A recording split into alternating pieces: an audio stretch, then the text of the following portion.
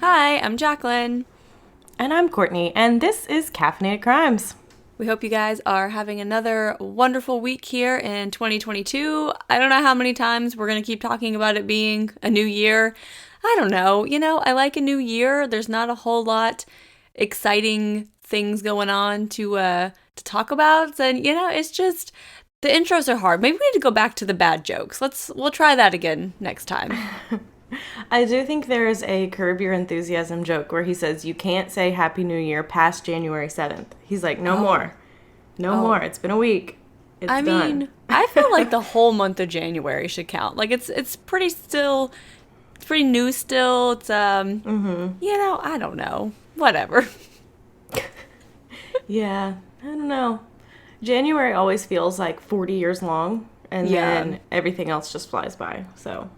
That is very true. Like, I think January always feels like a super long month. Like, I emailed my boss this Friday and was like, have a great weekend. And I'm like, somehow the first week of 2022 feels like 3 months already. Like, this has been the longest week. Like, whew. But yeah. I feel that. Hopefully you guys are having a good week now, a few weeks into 2022. Maybe at this point January has started to pick up, but I don't know. It still just always feels super long. Now, we said, no expectations. So if you want to be long January, yes, I ain't gonna say nothing. We're gonna tiptoe quietly. Yes, absolutely. We do have some updates though on people who have not been tiptoeing quietly and just busting into this new year. So Elizabeth Holmes, who is the CEO and founder of Theranos, was found guilty on 3 counts of wire fraud and 1 count of conspiracy to commit wire fraud. So Elizabeth falsely claimed that her company could test small blood samples for things like cancer and diabetes, and basically she just sold a bunch of investors on like junk science that didn't actually work. And she's like, oh, I'm gonna have like partnerships with like Walgreens, and you can just go in and get like a finger prick and find out if you have cancer and all this stuff. So she just defrauded a bunch of investors who gave her lots of money to this bogus company, and she was found guilty this week. Yeah, I mean, I can see why people would jump on that because that'd be pretty cool, but there was no real science behind it, just kind of junk science. Well, as we know, especially lately, people don't really care about science, so I'm not surprised. It's like very true. Like the Leslie Knope quote of all I have on my all side I have is facts and science, and no one likes facts and science. Yes, and Courtney got me that shirt about, I guess it was before. It was like 8 months before the pandemic started, but then especially once the pandemic started, it was very, very fitting. So kind of ironic that Courtney got it for me beforehand because I loved that quote before all this. Anyway. I know. Speaking of people being sentenced, I guess she was found guilty. Speaking of trials, I don't fucking know, guys. So Travis, terrible at segues here, but Travis and Gregory McMichael, who are the men who murdered Ahmaud Arbery, were sentenced, and they were sentenced to life plus 20 years without parole. So they are gone for good, forever. Goodbye. Yes. Sayonara. And William Bryan, who's the third man who was charged, was sentenced to life with the possibility of parole. So he does have the possibility of parole someday. He is a bit older, though, so I don't really know if that'll even happen. Yeah. But seems like the 3 of them are gone for good, like they deserve. Goodbye. So last week we talked about a man named Eric Holland who was pulled over in Las Vegas, and they found body parts in the back of his truck. So that victim has been identified as 65-year-old Richard Miller of Las Vegas. The cause of death was ruled a homicide by multiple gunshot wounds. Now, Mr. Eric Holland, who is driving this truck with the body parts, says that he is not a murderer. He just stole the body parts. So, and I can't really find a whole lot more about that, so I don't really know what he's claiming happened or where he found these body parts, but according to him, he did not murder this guy. He just stole the body parts. So there's a bigger story there. I can't wait to see what all comes out of that. Yeah, this sounds wild. So very interested to see what else comes from that. Little suspicious there. And then on December 31st, the Planned Parenthood in Knoxville was set on fire, and it has been determined that was an arson. And that is the second time that the Planned Parenthood has been targeted.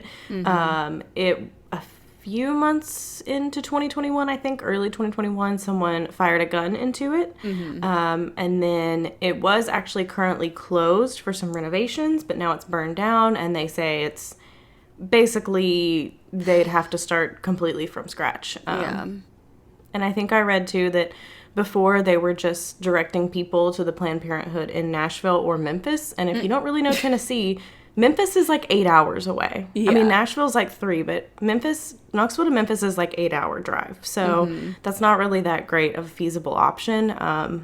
So Planned Parenthood does more things than abortions. They give people pap smears and breast exams and helps women who need like care that can't go anywhere else. And so that is a big, big loss to the Knoxville community.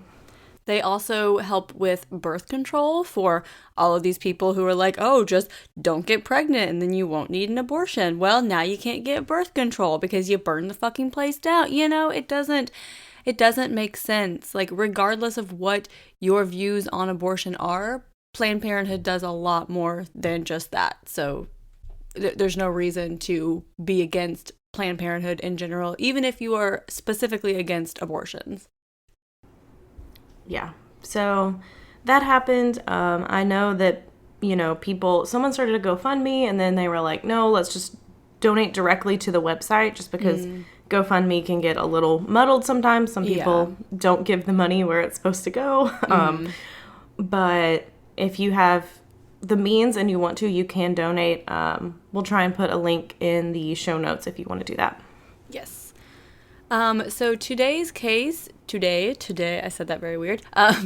So today's case was a recommendation by my dad, who's probably one of our most loyal listeners, who listens every single week and lets me know his thoughts on every episode. So this was suggested by him. So thank you, Dad. I hope you enjoy it. Our sources today were the FBI website, Britannica.com, the Minnesota Historical Society, SoYummy.com, an LA Times article, and FamousTrials.com. After Charles Lindbergh's baby was kidnapped, many called it the crime of the century. But even with all the press, it still took 3 years for someone to go to trial. But did he do it? Charles Augustus Lindbergh Sr. was born on February 4th, 1902. His father was in Congress representing the 6th District of Minnesota, and Charles attended the University of Wisconsin in Madison, but dropped out his second year when he showed interest in flying. He decided to enroll in flight school in Lincoln, Nebraska, and eventually became an airmail pilot.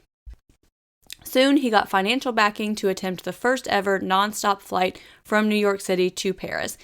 He took off on May 20th and arrived in Paris 33 and a half hours later and was greeted by a large crowd and just became this huge hero overnight. Yeah, I'm sure we've all heard of that, yes. Charles Lindbergh flight. Like, it was a big deal. Oh, yeah. Huge deal. So Charles met Anne Morrow when he was in Mexico, and Anne was the daughter to the U.S. ambassador to Mexico at the time, and they were married in May of 1929. She actually served as his co-pilot and navigator on many flights, which is awesome. And they flew to many countries together, and they eventually had a son named Charles August Lindbergh Jr. on June 22nd, 1930. Charles was actually born on Anne's 24th birthday. On March 1st, 1932, 20-month-old baby Charles was sleeping in his nursery on the second floor of their home near Hopewell, New Jersey. So baby Charles had a slight cold, so they decided to stay home, but around 9 p.m., the baby was kidnapped. The baby's absence was discovered around 10 p.m. by the child's nurse, Betty Gow, who reported it to the parents. They immediately searched the premises and discovered a ransom note demanding $50,000, which would be about $986,000 in today's money. So this ransom note was on the nursery windowsill.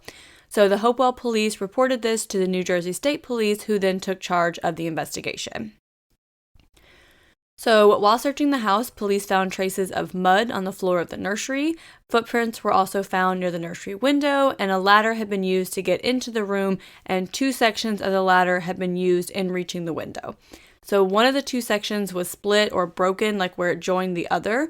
So it appeared that the ladder had been broken either like when the kidnappers had gone up or back down. So in the midst of this kidnapping, the ladder was broken. There were no bloodstains or fingerprints in or around the nursery. Household and estate employees were questioned and investigated. Lindbergh asked friends to communicate with the kidnappers, and they made widespread appeals for the kidnappers to start negotiations. Many attempts were made to contact the kidnappers, and there were a lot of leads that were investigated, but just really came up with nothing. A second ransom note was received on March 6th that was postmarked from Brooklyn, New York on March 4th.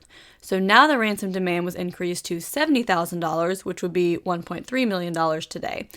So now a police conference was called by the governor of Trenton, New Jersey, and prosecuting officials, police authorities, and government representatives all attended. They discussed various theories and procedures. So around this time, Charles' attorney Henry Breckinridge hired private investigators.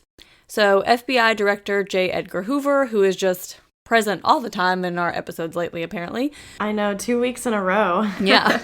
So he offered all resources in the efforts to find baby Charles and his kidnapper. So the FBI mostly acted as additional support because there was no federal jurisdiction. So just because he was such a famous pilot and was so, well known, that's kind of how he got this federal support, even though it wasn't really like a federal crime. Mm-hmm. So a third ransom note was received on March 8th, informing the Lindberghs that a moderator would not be accepted and requesting a note in the newspaper. So also on this date, a retired school teacher, Dr. John F. Condon, published a piece in the Bronx Home newspaper offering to act as a go-between and offering to pay an additional $1,000 ransom. So the fourth ransom note was received by Dr. Condon the next day, which said that he would accept that proposal. So the kidnapper's like, okay, I'll agree to this. Mm-hmm. So Charles accepted this arrangement as well, and on March 10th, Dr. Condon received the $70,000 ransom and began negotiations for payment through newspaper columns using the alias Jaffe. On March 12th at around 8:30 p.m., Dr. Condon received an anonymous phone call followed by the fifth ransom note. So this ransom note was delivered by Joseph Perrone, a taxicab driver, who had been handed the note by an unidentified stranger. The note said that another note would be found under a stone at a vacant stand about 100 feet away from an outlying subway station. Dr. Condon found the sixth ransom note and followed the instructions in the note to meet with a man who called himself John at Woodlawn Cemetery, which was near 233rd Street and Jerome Avenue. So they discussed payment of the ransom note, and this John, spoiler, it's not his real name, agreed to bring something to prove the child's identity. So Dr. Condon had brought a bodyguard who was with him, except for during the time he was speaking to John. So he was nearby watching, but wasn't present during the actual conversation. Yeah, this case is weird because Dr. Condon's first name is John, and he's meeting with a guy named John. And then you have Charles Lindbergh and baby Charles Lindbergh, and Charles Lindbergh's dad's also a Charles Lindbergh. So it's we got a lot of people. So we have 2 names in this episode with 16 characters. Yeah. So on March 16th, Dr. Condon received a piece of the child's sleeping suit to prove his identity, along with the 7th ransom note. So the Lindberghs confirmed that this was baby Charles' sleeping suit. Dr. Condon continued to put ads in the newspaper to encourage contact and his willingness to pay ransom. The 8th ransom note was received on March 21st, and this note was insisting compliance and said that this kidnapping had been planned for a year. Yeah, so Betty Gow, who was the child's nurse, found the infant's thumb guard on March 29th near the entrance to the estate, and baby Charles had been wearing this at the time of the kidnapping. And then the next day, the 9th ransom note was received by Dr. Condon, threatening to increase the ransom to $100,000, which would be $1.97 million today. It's a lot of money. Yeah. And he refused a code for use in newspaper columns, so Dr. Condon was kind of wanting to not air all this just in everyone's daily newspaper and was let's use a code. And he's no, I'm not going to. Nope. No, thank you. So the 10th ransom note was received on April 1st by Dr. Condon, and baby Charles has now been missing for a month. So I cannot imagine how Charles and Anne are feeling. Like, No. a month and you're still getting these, like, ransom notes, and, like, you're like, I'm gonna pay it. You just take the money. Like, why can't you just, Like, I'll do it. Just bring me my son. Like, yeah. And the note instructed him to have the money ready by the next night. Dr. Condon replied in a newspaper ad, and then the 11th ransom note was delivered on April 2nd by a taxi driver who said he received it from an unknown man. It instructed him to find the 12th note underneath a stone in front of a greenhouse at 3225 East Tremont Avenue in the Bronx. So this note instructed him to meet with John again, and he tried to get the ransom back down to $50,000, which was the original amount in the original ransom note. And this amount was handed to him in exchange for a receipt and the 13th note. So the 13th note said baby Charles could be found on a boat named Nellie near Martha's Vineyard in Massachusetts. John then walked north into the park woods, and Dr. Condon felt positive if he ever saw John again, he would be able to identify him, because, I mean, he has met with him 2-3 times at this point. He's like, I could see his face. I think I could identify him. Yeah. And the next day, the search began for baby Charles near Martha's Vineyard, but it was unsuccessful. And the search was later repeated. And on May 12th, the remains of baby Charles were accidentally found near Montrose, New Jersey. It was about 4.5 miles from the Lindbergh home, and it was about 45 feet from the highway. They were discovered by a man named William Allen, who was an assistant on a truck driven by Orville Wilson. The remains were partially buried and badly decomposed. The head was crushed, and there was a hole in the skull, and some of the remains were missing. The body was positively identified and cremated on May 13th, and the coroner's examination showed that baby Charles had been dead for 2 months, and the death was likely caused by a blow to the head. And they do believe it's possible that baby Charles died the night he was kidnapped, because that ladder was broken, so they're thinking maybe on the way back down it broke, and baby Charles actually died right then. Mm-hmm. And so this kidnapper has not had the baby the whole time, and has just been met like a jerking them around, basically. Mm-hmm. Which, like, how... I mean, this situation is so horrific for the parents anyway, but then to find out, like, you've been doing this for 2 months and your baby's been dead the whole time. Like... Yeah. Ugh. Yeah. And you have that hope for, like, a whole month, and you're like... I'll get him back. And you're probably so worried about, like, are they taking care of him? Are they feeding him? Are they? And then this happens. Like, which does make me wonder if, like, the intent was never to kill him. Like, if they really did just want to get the ransom money, but then they like he died accidentally during the kidnapping. So then they just, like, kept, like, going back and forth because they're like, okay, what do we do now? We can't, like, exchange the baby for the money like we originally planned. So... I could definitely see that, because, I mean, it does seem they do believe it is possible. You know, he died that night, and then it is so close to the home that maybe it was like, well, you had to kind of bury him because, you know, he died. And so it's like, what would have happened if that ladder hadn't broken, you know? So on May 26th, the New Jersey State Police announced that a reward of $25,000 was offered for anyone having any information that led to the kidnapper or kidnappers.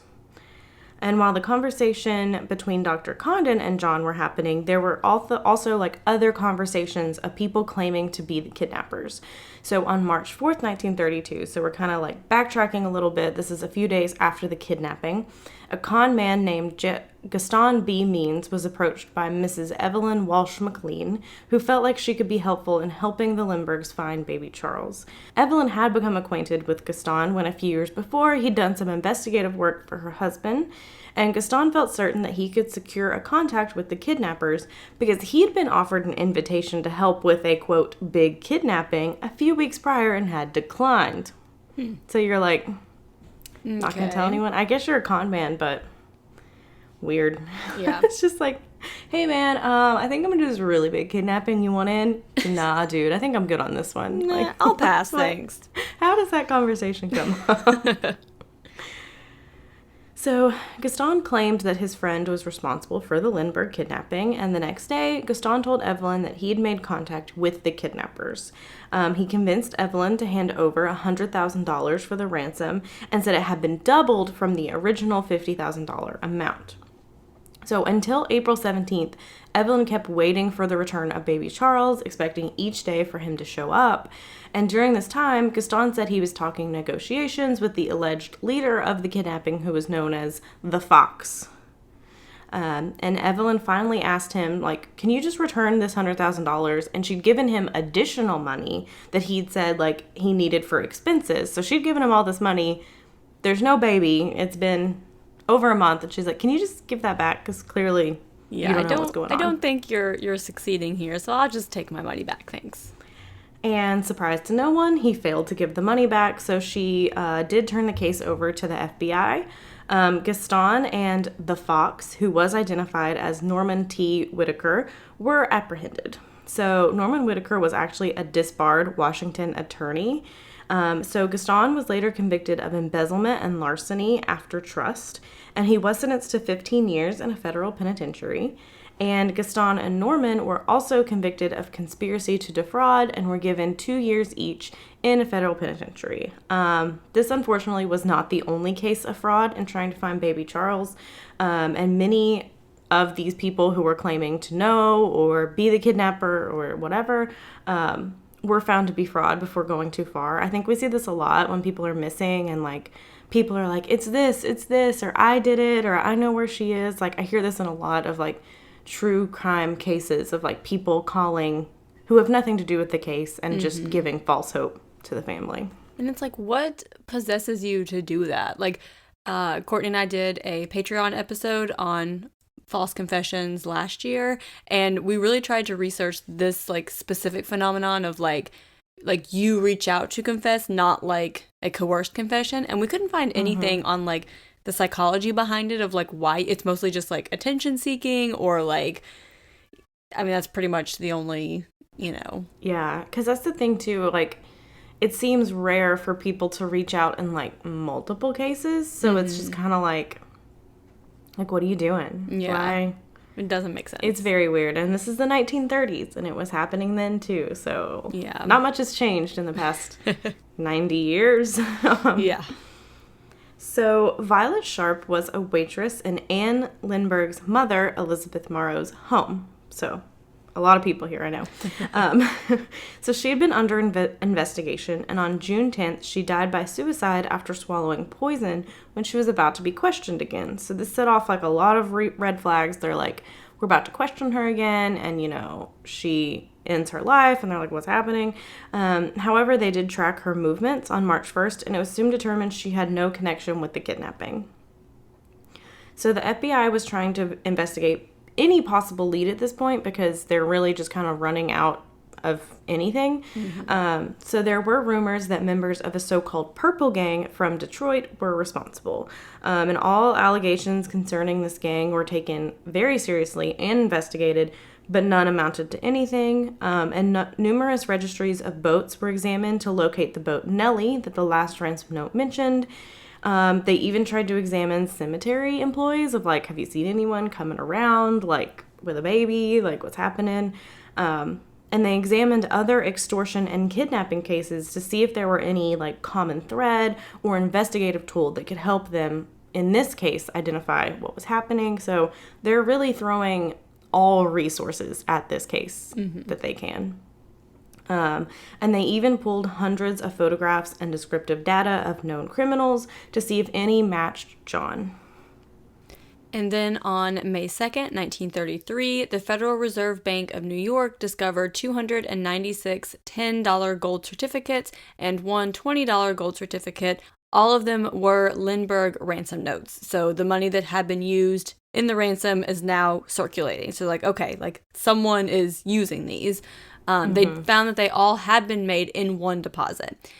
So deposit tickets were immediately examined, and one was found bearing the name and address of J.J. Faulkner, 537 West 149th Street. So despite investigation, this person was not found. Which I feel like at the time it was very easy to just write a fake name and address, and that's it. Yeah, I had to be too. I was like, gold certificate. And I guess that's just like the money back then. But I was like, it's so weird to hear like gold certificate. Yeah, it really is. So examination of the ransom notes by handwriting experts resulted in a unanimous decision that they were written by the same person and that the writer was of German nationality but had spent some time in America. So Dr. Condon described John as Scandinavian. Which I feel is so random. Yeah. How do you come up with Scandinavian? You look very Scandinavian. Okay. Especially like when you're living like in America. So like maybe if you lived like in Europe where you're like all tightly together and you're like, oh, like I know a lot of like Scandinavian people or something. But I'm like, how are you just like Scandinavian? Yeah. Dr. Condon also spent a lot of time viewing photos and met with a sketch artist to try and prepare a portrait of John based off of his memory and the taxi driver who delivered one of the ransom notes. So also at a loss for leads, they decided to try and examine the ladder that was used. So police noticed that it was crudely built, but built by someone who is familiar with wood and was mechanically inclined. So they knew what they were doing, but it wasn't really built very well. The ladder had been examined for fingerprints and exhibited to builders, carpenters, and neighbors of the Lindberghs, but came up with nothing. Slivers of the ladder were analyzed, and the types of wood had been identified. Investigators then brought in Arthur Kohler of the Forest Service, United States Department of Agriculture. So Arthur disassembled the ladder and took notes of all examined tool marks and types of wood that were used. He also looked at the pattern made by nail holes because it seemed that some of the wood had been used before in indoor construction. So it's like being reused. So he's trying to figure out like where it could have came from originally.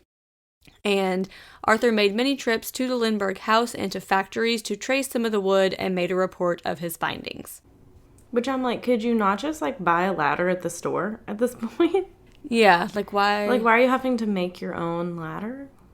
I don't know, maybe it needs to be like extra long or something to get to the second floor, but I'm like, did they not sell ladders just at like your local hardware store in the 1930s?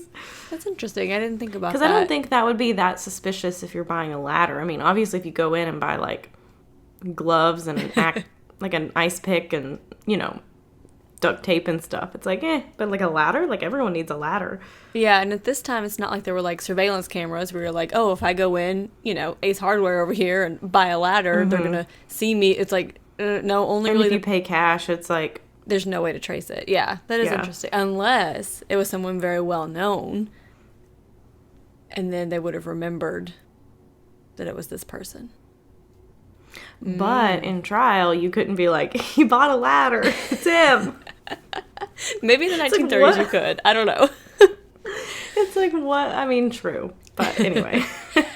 So, for 7 months prior to August 20th, 1934, no gold certificates were discovered besides those previously mentioned that were found on May 2nd, 1933. Then, starting on August 20th through September, a total of 16 gold certificates were discovered, most of them around Yorkville and Harlem. So, as each bill showed up, they were marking a map with pins to track where all the bills were coming in at. So, like we've seen on TV, where it's like trying to make a connection of, you know, what's happening here. Mm-hmm. And soon, investigators were able to trace the bills to not only locations, but the people who were using them. And they were able to match one of these individuals to the description that Dr. Condon had provided of John. So, on September 18th, 1934, at around 1:20 p.m., the assistant manager of the Corn Exchange Bank and Trust Company in New York City called the New York City Bureau office to let them know that a $10 gold certificate had been discovered a few minutes earlier by one of the bank tellers. And let me just tell you that Tipsy Jacqueline was reading through these notes last night, and I just lost it at the Corn Exchange Bank, and I'm like, Courtney, what is this? Are they like, was this left over from when corn was like currency? Like, why is this the name of this bank? I think it's just a terrible name. Or maybe somebody was named, like, their last name was Corn. Like, yeah. Maybe they're like, the Corn Exchange. Why not? Oh boy. Is that still a bank? If you live in New York City, let us know. We could probably Google it, but just reach out, you know. Yeah. So it was soon found out that this bill had been received at the bank from a gas station close by. So someone had used some of the ransom money at this gas station. So then they discovered on September 15th that an attendant at the gas station was given the bill in exchange for 5 gallons of gas. So this man's description fit closely to the man that had been using the other bills. The gas attendant had actually been suspicious of this $10 gold certificate and wrote down the license plate number of the car he was driving. So the license plate belonged to Bruno Richard Hoftman. So Hoftman's house was put under surveillance on the night of September 18th until 9 a.m. the next day when Hoftman left the house and was arrested. A $20 gold certificate from the ransom money was found on his person, and he also fit the description that Dr. Condon provided perfectly, just like everything lined up. And in his house, they found several pairs of shoes that had been purchased with another ransom gold certificate that was found on September 8th. So Bruno Hoftman had been born in Saxony, Germany, and he did have a criminal record and had spent time in prison on a robbery charge. So in July of 1923, he stowed away on a boat and arrived in New York City. He was arrested and immediately deported. He eventually had another failed attempt before he was finally able to get into the U.S. in November 1923. So it does appear that he had not obtained a visa or any kind of legal paperwork, and on October 10th, 1925, he married Anna Schaffler. So they had a son in 1933 named Manfred, I think. Manfred. So. Manfred. I really hope it's not Manfred. That'd be terrible. I'm assuming it's Manfred. Manfred. Sure. So during his time in the U.S., he worked as a carpenter until March of 1932 when he started to trade stocks. On the night of September 19th, Joseph Perrone, who was the taxi driver who had been given a ransom note, positively identified him as the man who had given him this note. So the next day, ransom certificates in excess of $13,000 were found in Hoffman's garage. Soon after, Dr. Condon also identified him as the man he knew as John, but it is apparently noted that earlier in a police lineup, Dr. Condon had not picked him out. Hoffman was also in possession of a Dodge sedan that was similar to the car seen in the vicinity of the Lindbergh home the night of the kidnapping. After his arrest, samples of Hoffman's handwriting were sent to Washington, D.C. to compare to the ransom notes. So handwriting experts confirmed that based on the samples that there were remarkable similarities in inconspicuous personal characteristics and writing habits, which resulted in a positive match. So they believe that the handwriting in the ransom notes matched Hoffman's handwriting. So the FBI website does have samples of the ransom letters next to Hoffman's handwriting, and they are very similar. But we also don't know if, some of those similarities were just characteristic of the time. Handwriting in general seems to evolve throughout the years, and, the ways that you may, make certain letters and stuff like that, could be, a generational thing. Yeah, my handwriting's very different from, my grandmother's handwriting and my Nana's handwriting. And so, I was looking at it, I'm like, this does look identical, but what does everyone else's handwriting look like too? Are these extremely unique characteristics, or could this kind of be matched to anybody? Yeah. And we also know today that handwriting analysis isn't really an exact science, but there was other evidence in the case against Hoffman as well. So he was indicted on charges of extortion and murder in the first degree, and he pleaded not guilty. And Hoffman's trial began on January 3rd, 1935, and did last 5 weeks. And the trial quickly became a media circus. As you can imagine, this is a huge case, and now 3 years later you have answers. Everyone's wanting to know everything. And a lot of this case is based around circumstantial evidence. So tool marks on the ladder matched tools owned by Hoffman, and wood in the ladder was also found to match wood used as flooring in his attic. And Dr. Condon's telephone number and address were written on a door frame inside a closet, which, more on that later, but pretty damning there. So they also presented the handwriting analysis they'd done that we just talked about, and both Charles and Anne Lindbergh took the stand as witness, as well as Dr. John Condon, and Dr. Condon identified Hoffman as the man, John, who he paid the ransom to. 3 weeks into the trial, Hoffman did take the stand, and he was visibly nervous. He testified that he did lie to police, but he was innocent and had nothing to do with baby Charles' kidnapping. So he's like, I lied about a few things, but I didn't have anything to do with this case. The jury, however, did not believe him, and they did end up finding him guilty on February 5th, and he was sentenced to death by electrocution. On April 3rd, 1936, at 8:47 p.m., Bruno Hoffman was executed at the state prison in Trenton, New Jersey. It is reported for his last meal, he requested chicken, french fries, buttered peas, celery, olives, cherries, and a slice of cake. It's also reported that before his execution, he told his spiritual advisor in German that he was innocent, and in his last statement he said, I am glad that my life in a world which has not understood me has ended. Soon I will be home with my Lord, so I am dying an innocent man. Should, however, my death serve for the purpose of abolishing capital punishment, such a punishment being arrived at only by circumstantial evidence, I feel that my death has not been in vain. I am at peace with God. I repeat, I protest my innocence of the crime for which I was convicted. However, I die with no malice or hatred in my heart. The love of Christ has filled my soul, and I am happy in him. But we do wonder, was Hoffman innocent? So there are many people who think so, because a lot of his case is circumstantial evidence, which is evidence, but can also not be evidence. I don't know.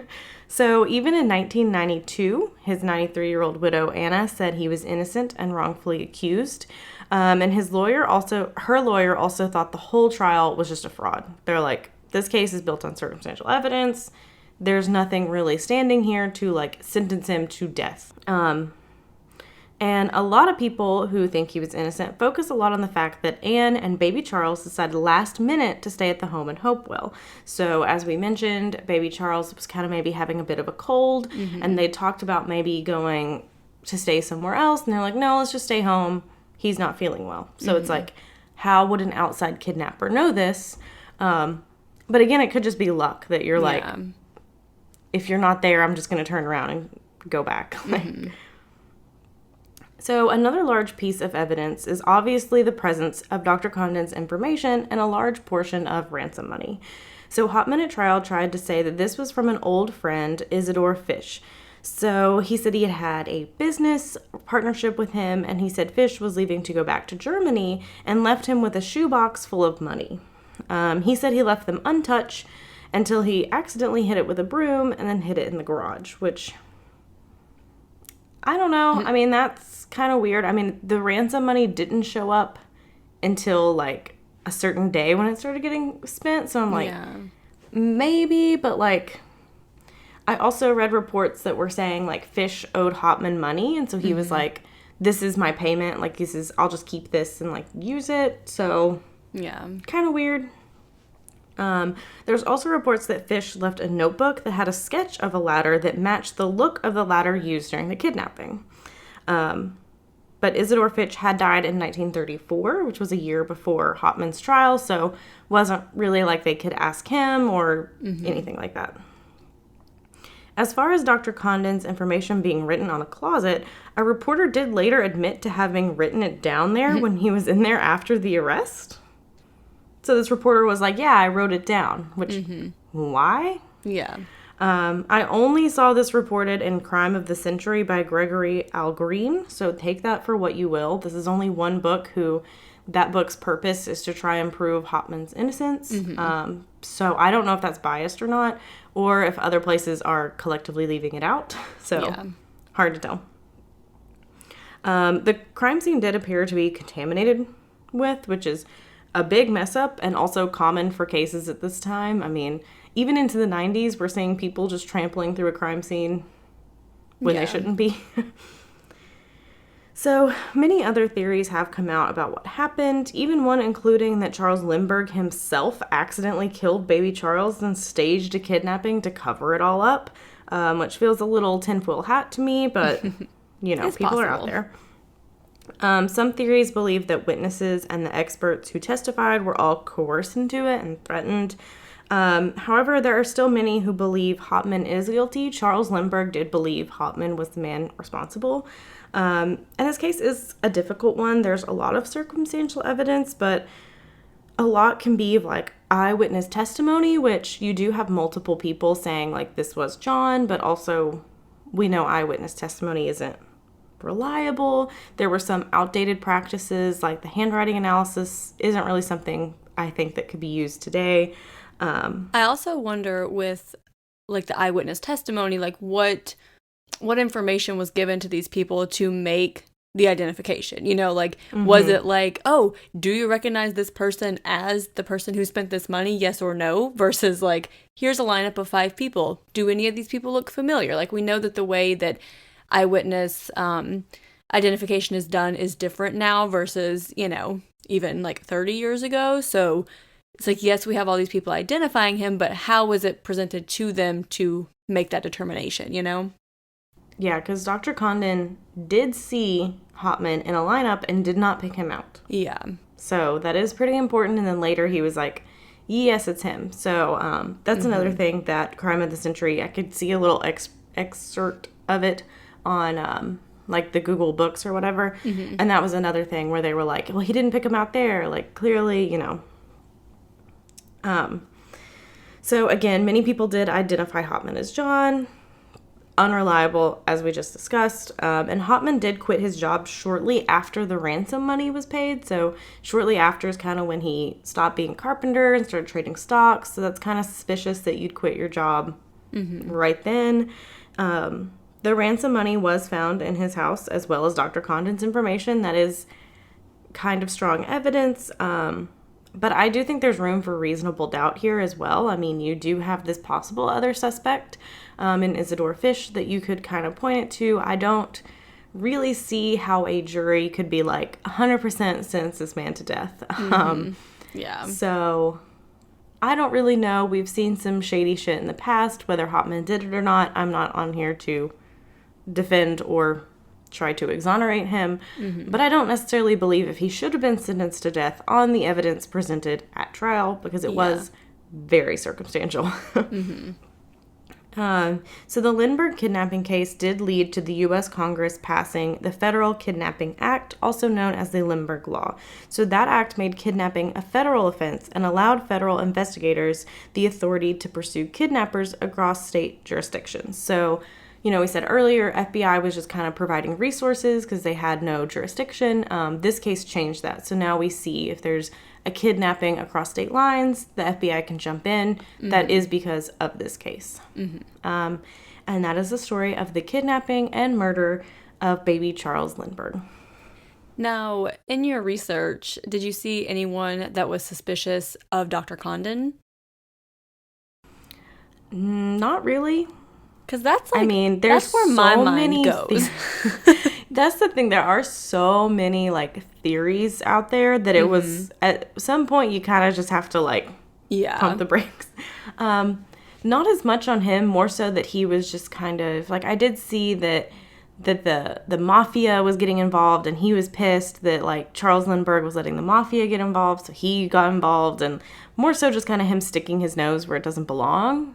See, that's what, like, flashes red flag to me, that he was just, like, so involved in the case, and, he set up these meetings with this guy that he later identified as Hoffman, but, I mean, what if he had some kind of, like, connection to Hoffman and was, like, set him up? Because I know he did have, like, the bodyguard that was, like, observing from a distance, which I guess Hoffman would have mentioned in his defense, probably, if he had this connection, or, I don't know.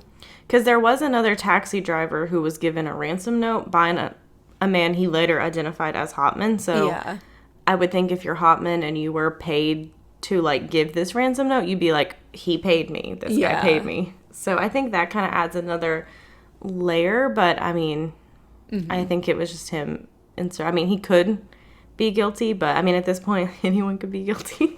But, and if you are Dr. Condon's distant relatives listening to this, I'm not claiming he did it. I'm just throwing some ideas out there of what popped into my head during this episode. So and like, I do think Hoffman fits very well. I don't really know how when they looked at the ransom notes before knowing that they knew it was like someone of German nationality, like I don't really know what triggered that, but it did seem to like line up, but then it's like, does it line up too perfectly?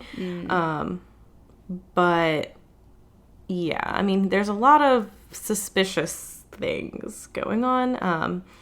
I do think if it was a trial today that we might have some different results. Yeah. But I think we'd also maybe have more evidence because we kind of know how to handle, like we have surveillance cameras and we know how to handle ransom money and stuff like that. That's what I was going to say too. With such limited evidence, it's like, how can you even like be so confident that this was the person that did it? Obviously, Fisher is a huge suspect as well, and he was, dead by the time the investigation really got underway in Hoffman's trial. So there was a lot of investigation there that couldn't have been done. But, that is a very strong suspect, strong reasonable doubt. As we see a lot of the times, people shouldn't be convicted based on the evidence that is available, but juries are human, and especially in a case this big where everyone knows about it, like everyone wants to, see that justice is done, so you might be willing to convict someone that you don't feel like all the evidence is there, but you're like, it's close enough, which is a big problem. But yeah. Yeah, and today, like they've talked about today, like cases that are solely circumstantial evidence don't really get convictions that much anymore because we all know about DNA and stuff, and like most jurors are like, I watch forensic files, I want the DNA, when you can still build a case on circumstantial evidence. But like, I know this one, I mean, maybe it was just Hoffman like grasping at straws, being like, look, it's this other guy who I know is dead and can't testify whether he gave it to me or not. Like, it's one of those things that's like, I have no clue whether he did it or not. Like, and especially it's hard. So weird. Yeah, and it's especially hard like today looking back on the evidence that's available, because who knows how well it was documented, how much has been like lost in translation over the last 90 years, like what there's too much, that could have been misconstrued, that could have been reported incorrectly, or, whatever, to make like a solid determination today. So it's like back then there may have been more like you may have been more sure, versus now it's like there's so much up in the air that it's like, oh, I don't know, I don't know. I do think that book I mentioned, the Crime of the Century book, also mentioned that there were fingerprints found in the ladder that didn't match Hoffman, and that was kind of like hush-hush. But I also don't know, because clearly this crime scene and his house was just trampled all over. So it's like, could that have just been an investigator's fingerprints? Like, I think for me, the problem with this is it's like ouch, sorry if you guys heard that. I just whacked my hand. I feel like any evidence that's, for him, I'm like, can find reasonable doubt. But anything that's like, could like prove his innocence, I'm like, but I can also find an explanation why, like, that's not true. Like, it's super, super difficult to kind of, like, figure it out. Like, which is it? So, you guys will have to let us know your guys' opinions. We'll put, like, a little poll thing, possibly. Like, do you think he did it? Do you think he didn't do it? Do you have theories on who did it? Like, what all's going on? You guys will have to let us know your thoughts. Yes, definitely. And Courtney, what is your perk of the week? So my perk of the week is that it did kind of snow this week. It was kind of a disappointment because we were looking at like Nashville and Cookeville and all these places getting like 6 inches of snow, and then we got a dusting that didn't stick. But it was very pretty to watch the snow from my window at work, and just kind of enjoy the snow. I want a really big snow personally. I just want to enjoy some snow, but probably won't happen. But yeah, that's my perk of the week, because if it's going to be cold, I want snow. And God, it's been cold the past few days. Yes. So that's my perk of the week. Jacqueline, what's your perk of the week? Courtney stole my perk of the week, which was also that it snowed, because your Southern girls just get real excited about the first snow of the year. So, but we did actually get like, I don't know, probably like 4 to 5 inches here. Like, we had a good amount of snow. So my husband got to stay home from work, and so we got to take our baby out for her first like experience of the snow. So of course that's super exciting.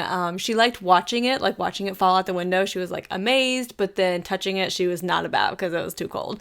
But it was beautiful, and it did stay for like a couple of days, which is nice because typically here in the South you may get like some snow in the morning and then it's melted by the afternoon, but it did stay cold, and we did get to actually, enjoy some snow outside for a few days. So that is also my perk of the week. Yeah, and if you want to tell us your perks of the week, about your snow, about what you think happened in this case, you can do so on Instagram at Caffeinated Crimes Pod, on Twitter at CAF Crimes Pod, that's CAFF Crimes Pod, at Facebook at Caffeinated Crimes Podcast.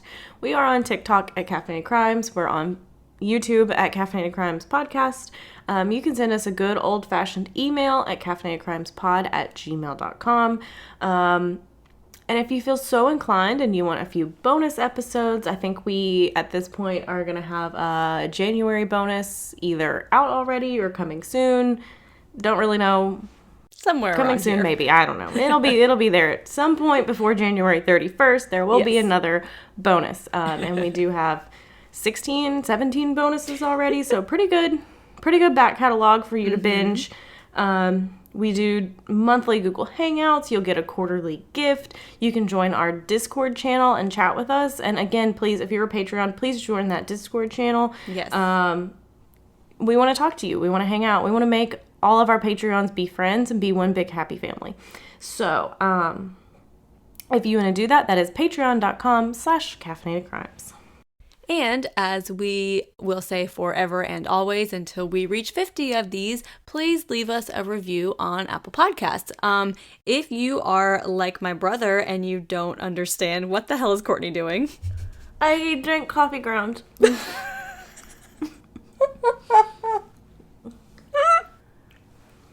Tell me you made your coffee instead of your fiance making your coffee without telling me.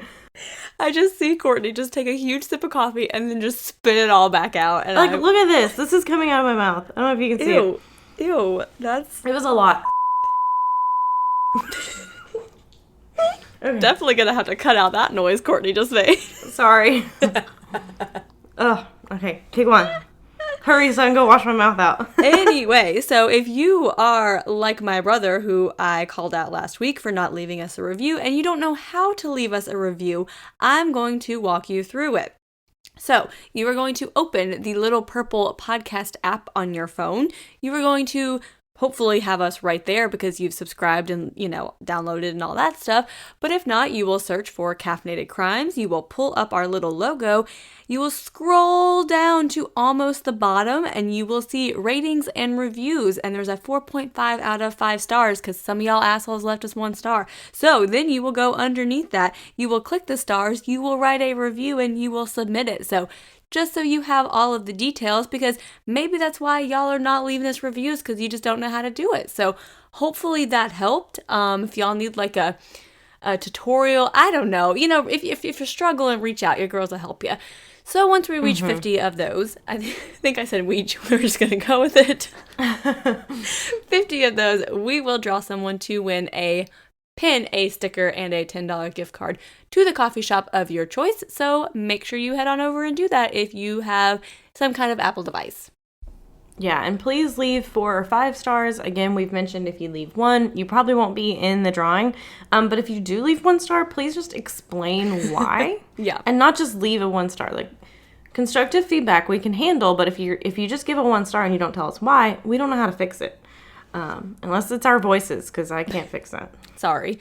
Maybe you people are confused and you think 1 star is good because as part of my job, I review trainer evaluations, and sometimes people will do all number 1s and then write a really positive thing at the end. So, maybe this you think person's 1 is number good. 1. Exactly. So 5 is good. And then it goes down from 5 there. good, So 1 bad. 5, yes.